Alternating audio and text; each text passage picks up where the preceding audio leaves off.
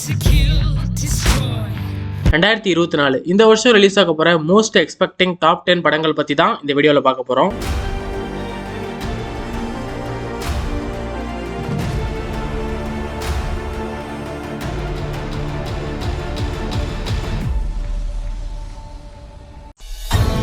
இந்த லிஸ்ட்ல 10வது இடத்துல இருக்கிற படம் இந்த பொங்கலுக்கு ரிலீஸ் ஆக போற சிவகார்த்திகேயனோட அயலான்.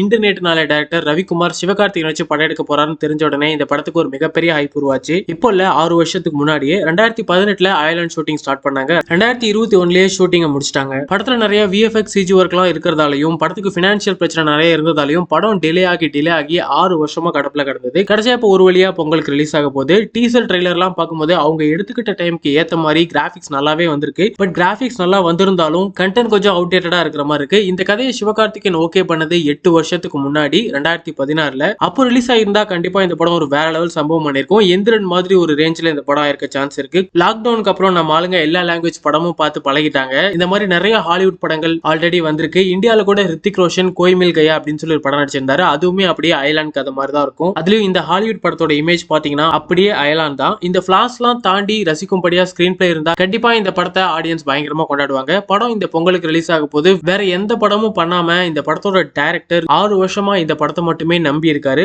அவரோட நம்பிக்கையை இந்த படம் காப்பாத்துமா இல்லையா அப்படிங்கறத வெயிட் பண்ணி பார்ப்போம்.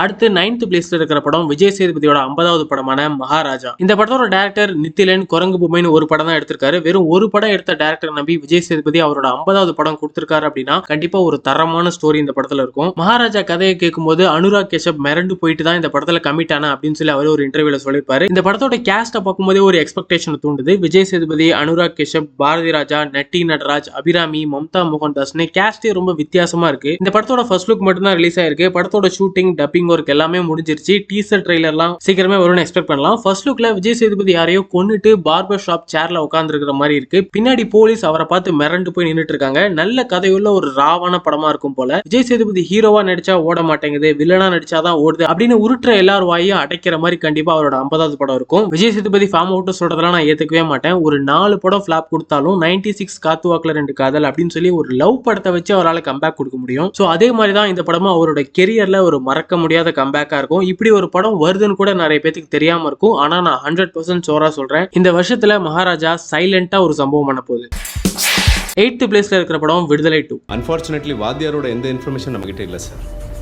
அவர் 24 வருஷத்துக்கு முன்னாடி கலந்துக்கிட்ட ஸ்கூல் ஃபங்க்ஷன். விடுதலை 1 போன வருஷம் ரிலீஸ் ஆகி பிளாக் பஸ்டர் ஆச்சு. பார்ட் 1ல சூரியோட கேரக்டருக்கு தான் ஃபுல் இம்பார்ட்டன்ஸ் கொடுத்து அவரோட கதையை காமிச்சிருந்தாங்க. கிளைமேக்ஸ்ல சூரி விஜய் சேதுபதியை அரெஸ்ட் பண்ணதோட ஃபர்ஸ்ட் பார்ட் முடிஞ்சிருக்கும். பார்ட் 2ல பெருமாள்ங்கிற விஜய் சேதுபதியோட கேரக்டருக்கு நிறைய இம்பார்ட்டன்ஸ் இருக்கும். விடுதலை 1 நிறைய கேள்விகளோட முடிஞ்சது. சூரி விஜய் சேதுபதி கூட சேர்ந்து இந்த கிராமத்து மக்களுக்கு ஹெல்ப் பண்ணுவாரா இல்ல போலீஸா தான் அடுத்த பார்ட்லயும் பிஹேவ் பண்ண போறாரா? விஜய் சேதுபதி எப்படி போலீஸ் கிட்ட இருந்து தப்பிச்சாரு? பிரகாஷ் ராஜோட ரோல் என்ன? ஒரு கம்பெனியால தான் அந்த ஊருக்கு பிரச்சனையே வரும். அந்த பிரச்சனை எல்லாம் விஜய் சேதுபதி எப்படி சமாளிச்சாரு? முக்கியமா கிளைமேக்ஸ்ல விஜய் சேதுபதி உயிரோட இருப்பாரா இல்லையான்னு நிறைய क्वेश्चंस பார்ட் 2ல தான் ரிவீல் ஆக போகுது. விடுதலை 1 போஸ்ட் கிரெடிட் சீன்ல விடுதலை 2க்கான ஒரு கிளிம்ஸ் மாதிரி ரிலீஸ் பண்ணிருப்பாங்க. அதுல கௌதம் விஜய் சேதுபதியோட கான்ஃபிடன்ஸை உடைக்க அவரோட ட்ரெஸ்ஸை கழட்டி நியூடா உட்கார வச்சிருப்பாரு. நீ நியூடா உட்கார வச்சாலும் நான் ஆளுதான் அப்படின்னு சொல்லி கால் மேல கால் போட்டு விஜய் சேதுபதி மாசா ஒரு லுக் விடுவாரு. அந்த ஒரு சீன் போதும் பார்ட் 2வோட ஹைப்க்கு.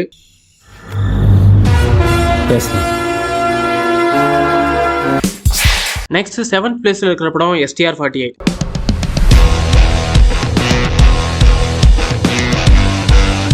கண்ணும் கண்ணும் கொள்ளையெடுத்தால் படத்தோட டைரக்டர் தேசிங்கு பெருசாமி டைரக்ஷன்ல RKFI கமல் ப்ரொடக்ஷன்ல STR நடிச்சிட்டு இருக்க படம் தான் STR 48. மாநாடு, வெந்து தணிந்தது காடு, 10 தலன்னு ஹேட்ரிக் பிளாக் பஸ்டர் கொடுத்துட்டு ஒரு வருஷமா வேற எந்த படத்துலயும் கமிட் ஆகாம இந்த படத்தை தான் அவரோட அடுத்த படமா ரிலீஸ் பண்ணணும் அப்படின்னு சொல்லி வெயிட் பண்ணிட்டு இருக்காரு சிம்பு.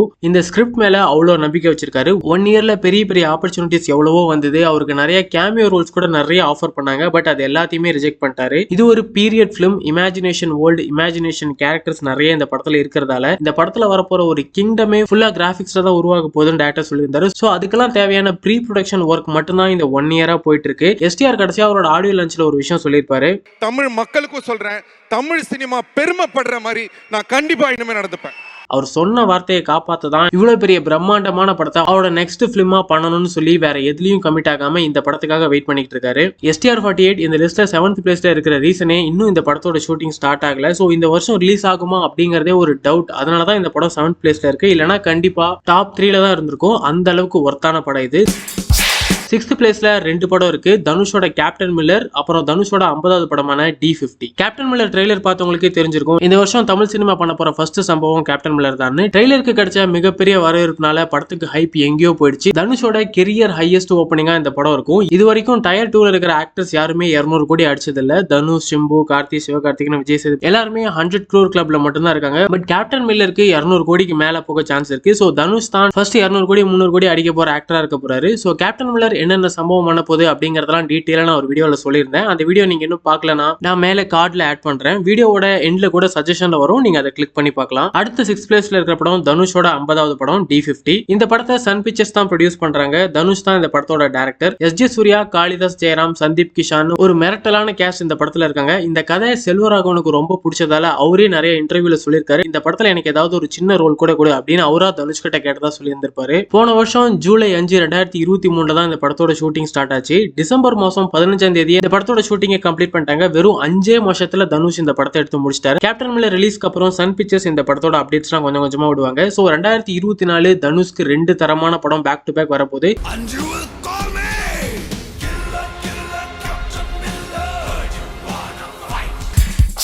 5th பிளேஸ்ல இருக்கிற படம் ஏகேவோட விடாமுயற்சி. துணிவு போன பொங்கலுக்கு ரிலீஸ் ஆச்சு. படம் ரிலீஸ் ஆகி 7-8 மாசம் ஆகியும் ஷூட்டிங் ஸ்டார்ட் பண்ணாமே இருந்தாங்க. அஜித் குமார்ங்கிற பேரை தவிர இந்த படத்துக்கு வேற எந்த ஹைப்பும் இல்லாம இருந்தது. ஷூட்டிங் ஸ்டார்ட் ஆன உடனே கொஞ்சம் கொஞ்சமா அப்டேட் விட ஆரம்பிச்சாங்க. அதுவும் அபிஷியலாலாம் வரல. படத்துல ஒர்க் பண்ற காஸ்ட் அண்ட் க்ரூ அவங்க இன்ஸ்டாகிராம்லயும் வேற இன்டர்வியூஸ்ல தான் இந்த படத்துல அவங்க இருக்கிறதா கன்ஃபார்ம் பண்ணிருந்தாங்க. படத்துல த்ரிஷா, அர்ஜுன் நடிக்கிறது ஆல்ரெடி கன்ஃபார்ம் ஆயிடுச்சு. சஞ்சய் தத் இருக்கிறதாவும் சொல்றாங்க. பட் அது இன்னும் அபிஷியலா தெரியல.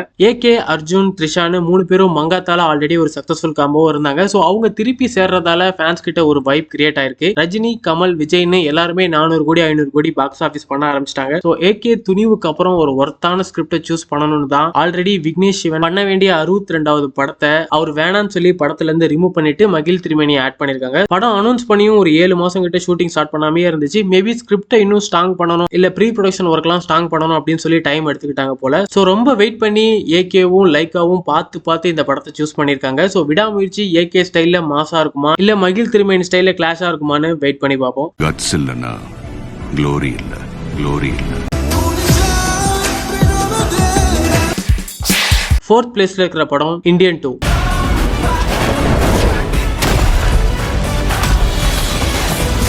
தமிழ் சினிமாவோட ஒன் ஆஃப் த கல்ட் பிலிம்ல ஒண்ணுதான் இந்தியன். அதோட பார்ட் 2ங்கிறதே இந்த படத்துக்கு ஒரு மிகப்பெரிய ஹைப் தான். பேன் இந்தியா கான்செப்ட்னு ஒன்னு கிரியேட் பண்ண ஃபர்ஸ்ட் டைரக்டரே சங்கர் தான். ஒரு 20 வருஷத்துக்கு மேல இந்தியாவோட டாப் 5 டைரக்டர்ஸ் லிஸ்ட்ல இருந்தவர் தான் சங்கர். அவர் லாஸ்டா எடுத்த படம் 2.0 அந்த அளவுக்கு பாசிட்டிவ் ரிவ்யூ போகல. பட் நம்ம இண்டஸ்ட்ரியில ஃபர்ஸ்ட் 100 கோடியில இருந்து 500 கோடி வரைக்கும் முதல்ல அடிச்சது சங்கர் படங்கள் தான். சங்கர் படம் ரிலீஸ் ஆகி 6 வருஷம் ஆகுது. இந்த கேப்ல ராஜமௌலி, லோகேஷ், வெற்றிமாறன், அட்லி, பிரசாந்த் நீல்னு எல்லாரும் அவரோட இடத்தை பிடிச்சிட்டாங்க. இந்தியன் 2 ட்ரெய்லர் பார்க்கும்போது கொஞ்சம் அவுடேட்டடான ஃபீல் தான் வருது. பட் இந்தியன் 2 மட்டும் இல்லாம இந்தியன் 3யும் சீக்கிரமா ரிலீஸ் ஆக போகுதுன்னு கான்ஃபிடென்ட்டா லைக்கா அனௌன்ஸ் பண்றத பார்த்தா ஸ்கிரிப்ட் அவ்வளவு ஸ்ட்ராங்கா இருக்கும் போல. இந்தியன் 2 கிளிக் ஆகி Mudhalvan, Anniyan, Sivaji style content and screenplay இருந்ததுன்னா தமிழ் சினிமாவோட ஃபர்ஸ்ட் 1000 crore அடிக்கிற சான்ஸ் கூட இந்த படத்துக்கு இருக்கு. Indian is back. 3rd பிளேஸ்ல இருக்கிற படம் Kanguva. With 100 tiger claw nails drumming on his chest. Surya, Siruthai Siva காம்போல பிரம்மாண்டமா உருவாகிட்டு இருக்க படம் கங்குவா. சூர்யாவை ரோலக்ஸா தியேட்டர்ல பார்த்ததுக்கு அப்புறம் அவரோட படத்தை விடுங்க, அவரு மேலேயே ஒரு முரட்டு ஹைப் இருக்கு. முக்கியமா தெலுங்கு ஸ்டேட்ஸ்ல ரோலக்ஸோட ரீச் பீக்ல இருக்கு. கங்குவா தமிழ் சினிமாவோட ரொம்பவே முக்கியமான படம். டெக்னிக்கலா நம்ம எவ்வளவு ஸ்ட்ராங்னு வேர்ல்ட் வைட் ஆடியன்ஸ்க்கு காட்டக்கூடிய ஒரு படமா கங்குவா இருக்கும். கங்குவா கிளிம்ஸ் பார்க்கும் போதே இந்த படம் கோலிவுட்டோட எவ்வளவு பிரஸ்டீஜியஸ் ப்ராஜெக்ட்னு தெரியுது. படத்துல எனக்கு குறையா தெரியுற ஒரே விஷயம் சிறுத்தை சிவா தான். அண்ணாத்தை எடுத்துட்டு நேரா கங்குவாக்கு வந்திருக்காப்ல. ஸ்டோரி அண்ட் ஸ்கிரீன் பிளே ஒழுங்கா இருந்துட்டா இந்த படம் பேன் இந்தியா ஃபுல்லா செலிப்ரேட் பண்ண படம். பாகுபலி RRR விடவே இந்த படம் நல்லா போக சான்ஸ் இருக்கு. சோ கங்குவாக்கும் இந்த வருஷத்துல 1000 கோடி அடிக்கிறதுக்கு சான்ஸ் ரொம்ப அதிகமாவே இருக்கு.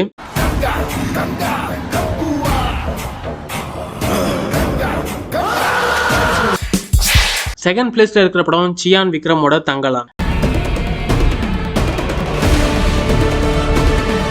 விக்ரம் ஆக்டிங்க்கு தீனி போடுற மாதிரி ஒரு டேரக்டர் ரொம்ப நாளாவே அவருக்கு கிடைக்கல. பாரஞ்சித் நல்ல வேளை இந்த கதையை விக்ரம் கிட்ட சொன்னாரு. அவரை தவிர இந்த ரோலை வேற யார் பண்ணியிருந்தாலுமே இந்த அளவுக்கு வந்திருக்காது. தங்களான் இந்த மாசம் ஜனவரி 26 ரிலீஸ் ஆக வேண்டிய படம். பட் ப்ரொடக்ஷன் டீம் இந்த படத்தை போஸ்ட்பான் பண்ணிட்டாங்க. அவங்க நினைச்சதை விடவே இந்த படம் ரொம்ப நல்லா வந்திருக்கு போல. அதனால நிறைய இன்டர்நேஷனல் பிலிம் ஃபெஸ்டிவலுக்கு இந்த படத்தை அனுப்பியிருக்காங்க. இன்டர்நேஷனல் பிலிம் ஃபெஸ்டிவல்ல படத்தை ஃபர்ஸ்ட் டெலிகாஸ்ட் பண்ணி அங்க இருக்கிற வேர்ல்ட் வைட் கிரிட்டிக்ஸ் கிட்ட ஒரு பாசிட்டிவ் ரிவ்யூ வாங்கிட்டா இந்த படத்துக்கு ஒரு மிகப்பெரிய ஹைப் கிடைக்கும். வேர்ல்ட் வைட்ல இருக்கிற டிஸ்ட்ரிபியூட்டர்ஸ், அங்க இருக்கிற தியேட்டர்ஸ் கிட்ட எல்லாம் நிறைய ஷோஸ் கிடைக்க கூட சான்ஸ் இருக்கு. வேற கண்ட்ரில இருக்கிற பீப்புள்ஸ் கிட்ட ஒரு ஹைப் உருவானா இந்த படத்துக்கு மிகப்பெரிய பிளஸ்ஸா இருக்கும் அப்படிங்கறத டிசைட் பண்ணி தான் இந்த படத்தை போஸ்ட்பான் பண்ணிருக்காங்க. தங்களானோட மேக்கிங் வீடியோ பார்க்கும்போதே தெரியுது இந்த ஹோல் க்ரூவே ரொம்ப கஷ்டப்பட்டு தான் இந்த படத்தை எடுத்திருக்காங்கன்னு. முக்கியமா சியான் விக்ரம் பிரஸ் மீட்ல அவர் சொல்லியிருந்தாரு, பிதாமகன், ராவணன், ஐ தான் இதுக்கு முன்னாடி அவர் ரொம்ப கஷ்டப்பட்டு எடுத்த படங்கள். அந்த படங்கள் எல்லாம் தங்களான் கூட கம்பேர் பண்ணா வெறும் 3% கூட அவர் பட்ட கஷ்டம் கிடையாது அப்படின்னு சொல்லியிருந்தாரு. சியான் விக்ரமோட ஆக்டிங்லாம் அட்லீஸ்ட் 2 ஆஸ்கார் அவார்டாவது வாங்கியிருக்க வேண்டிய ஒரு ஆள் அவர். இந்த படமாவது அவரோட ஆக்டிங்க்கு ஒரு நல்ல ரெகக்னிஷன் கிடைக்கும்னு நம்புவோம்.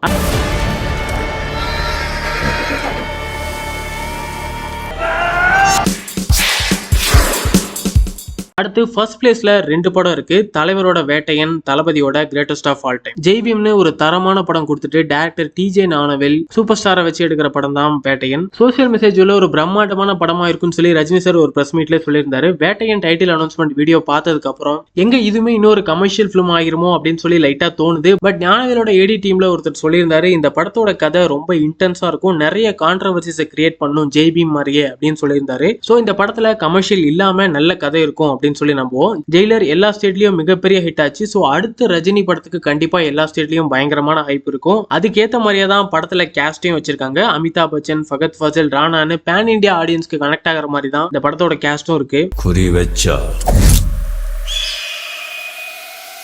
எற விழணும். அடுத்து தளபதியோட greatest of all time. Venkat Prabhu, Yuvan, தளபதிங்கிறதே ஒரு ஃப்ரெஷ்ஷான காம்போ. படத்தோட first look and second look எல்லாம் ஆல்ரெடி ரிலீஸ் ஆயிடுச்சு. இந்த வருஷம் வர மோஸ்ட் ஆஃப் த படங்கள் தமிழ் சினிமா டெக்னிக்கலா எவ்வளவு ஸ்ட்ராங்னு ப்ரூவ் பண்ற மாதிரி ஒரு படங்களா இருக்கு. அதுல கிரேட்டஸ்ட் ஆஃப் ஆல் டைம் ரொம்பவே சேலஞ்சிங்கான படம். ஒரு கேரக்டரையே டிஏஜிங் பண்ணி எங்கா காட்ட போறாங்க. படத்துல 2 விஜய், அப்புறம் மோகன், பிரபுதேவா, பிரசாந்த், லைலான்னு 90s விண்டேஜ் ஆக்டர்ஸ் எல்லாம் ஒரே படத்துல நடிச்சிருக்காங்க. இதெல்லாமே இந்த படத்துக்கான ஒரு நல்ல எக்ஸ்பெக்டேஷனை கிரியேட் பண்ணுது. இந்த படத்தை பத்தி டீடைலா கோட் போஸ்டர் ரிவ்யூ வீடியோலயே நான் சொல்லியிருப்பேன். அந்த வீடியோ நீங்க இன்னும் பார்க்கலாம், நான் மேல கார்ட்ல ஆட் பண்றேன். வீடியோவோட எண்ட் கூட உங்களுக்கு சஜஷன்ல வரும். நீங்க பார்க்கலன்னா போய் அந்த வீடியோ பார்க்கலாம்.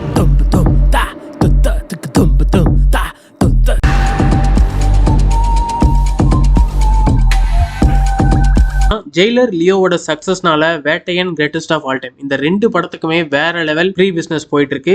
கோட் ரிலீஸ் டேட் இன்னும் அபிஷியலா சொல்லல. இப்போதைக்கு ஜூன் 13 பிளான் பண்றாங்க. வேட்டையன் அதுக்கு முன்னாடியே ரிலீஸ் ஆக சான்ஸ் இருக்கு. ஏப்ரல் மேலேயே கண்டிப்பா ரிலீஸ் ஆகிரும். சோ இதுதான் இந்த வருஷத்தோட மோஸ்ட் எக்ஸ்பெக்டிங் டாப் 10 பிலிம்ஸோட லிஸ்ட். இது இல்லாம இன்னும் நிறைய நல்ல படங்கள் கூட இந்த வருஷம் வருது. ஜெயம் ரவியோட தனி ஒருவன் 2, லால் சலாம், சிவகார்த்திகேயன், ஏஆர் முருகதாஸ் காம்போல வர படம். ஜிவி பிரகாஷ் கிங்ஸ்டன் ஒரு ஃபேண்டசி படம் நடிச்சிட்டு இருக்காரு. அந்த போஸ்டரை பார்க்கவே பயங்கர எக்ஸைட்டிங்கா இருக்கு. அப்புறம் சித்தா டைரக்டர் சியான் விக்ரமோட பண்ற சியான் 62 நிறைய நல்ல படங்கள் இந்த வருஷம் வருது. சோ இந்த வருஷம் கண்டென்ட் வைஸும் சரி, கமர்ஷியல் வைஸும் சரி, ஒரு நல்ல லைனப்ஸ் தமிழ் சினிமா கிட்ட இருக்கு. அயலான், Maharaja, Viduthalai 2, STR48, captain Miller, Indian 2, Kanguva, Thangalaan, Vettaiyan, GOAT இந்த டாப் 10 லிஸ்ட்ல நீங்க எந்த படத்துக்கு வெயிட் பண்றீங்க அப்படிங்கறதையும் கமெண்ட்ல சொல்லுங்க. இந்த வீடியோ பிடிச்சிருந்தா லைக் பண்ணி நம்ம சேனல்ல சப்ஸ்கிரைப் பண்ணிக்கோங்க.